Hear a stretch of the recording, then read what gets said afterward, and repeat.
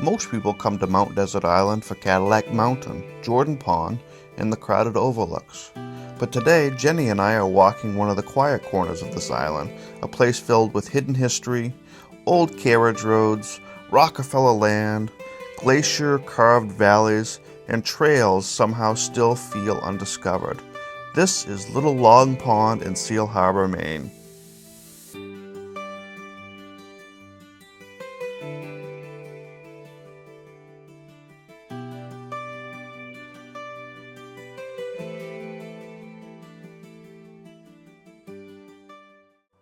So my wife Jenny and I were just talking. Here people spend thousands of dollars to get here, just to walk this trail. We've lived here all of our lives. And this is the very first time that we've walked this trail around Little Long Pond. Why don't you follow along and see if you want to come here too, take a little walk. The area around Little Long Pond has a deep connection to the Rockefeller family. John D. Rockefeller Jr. began purchasing land here in the early 1900s because he wanted to protect the natural beauty of Mount Desert Island from overdevelopment. His summer estate, called the Eyrie, once overlooked these woods and waters. The house, of course, is now gone, but the land remains protected. And honestly, walking here today feels like stepping back into an earlier version of Maine. The landscape here was shaped thousands of years ago by massive glaciers. As the ice moved across Mount Desert Island, it carved valleys, exposed granite, and helped create the ponds and wetlands we'll see today. There's smooth stone, steep ridges, marshes sitting beside exposed granite ledges. It's all part of that glacial history.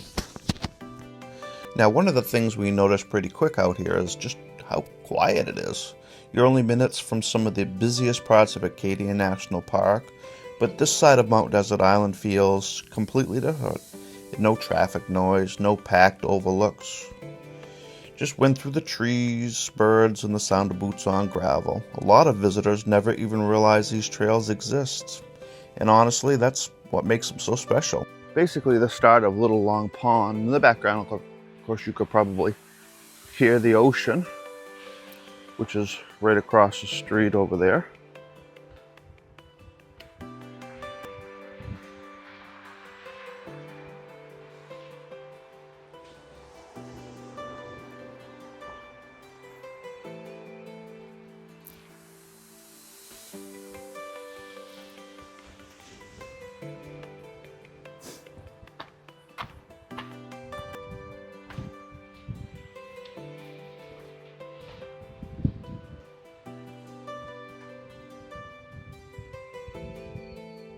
One of the reasons this area still looks the way it does today is conservation. For most of its history, Little Long Pond was privately owned. Then, in 2015, David Rockefeller donated nearly 1,000 acres surrounding the pond to permanent preservation. You've got forests, wetlands, meadows, shoreline habitat, all protected for future generations. Without that decision, parts of this could have easily become luxury development. Instead, people like us get to walk around on it.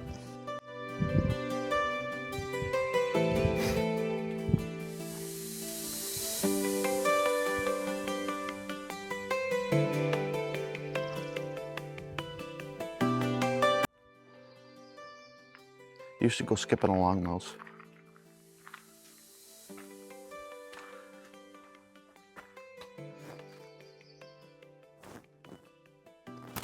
Go skip across those rocks.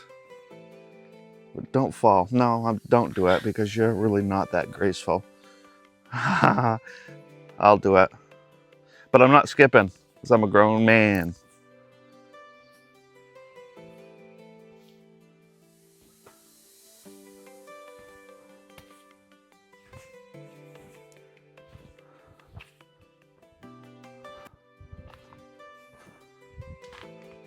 Made it.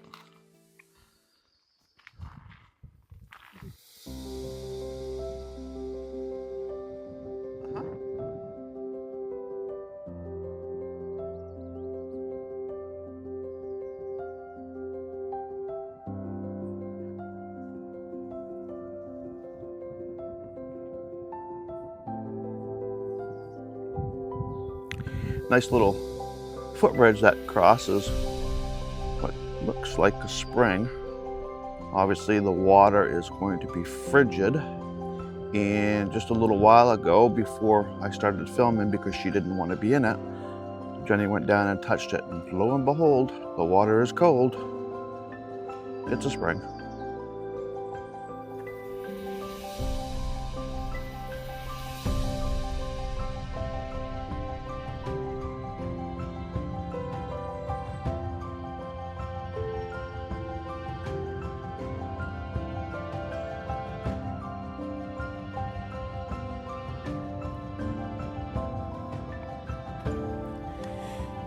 These trails around Little Long Pond and the pond itself might not get the attention of the bigger Acadia destinations, but honestly, that's part of its magic. You've got these quiet trails, the preserved land, the hidden history deep within these woods, and reminders that some of the best places aren't the loudest ones.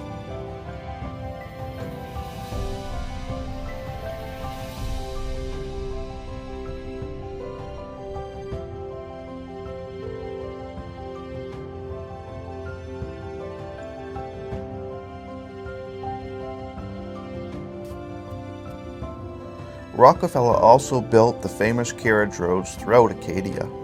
These weren't simple trails. They were carefully engineered roads built by hand, using crushed stone and Maine granite.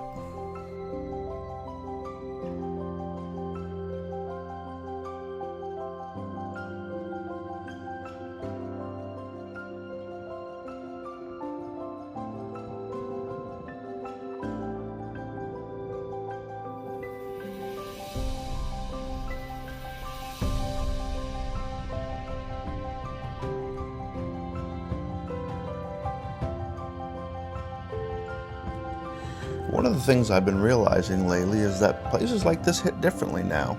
Maybe it's my age, maybe it's me slowing down enough to actually notice things, but walks like this feel less about getting somewhere and more about being present while you're there.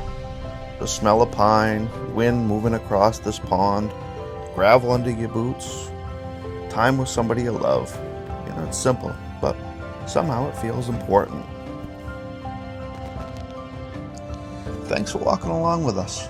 If you enjoyed this type of content, the quiet places, the Maine history, the outdoors, and rebuilding life one step at a time, consider subscribing to the channel. See ya!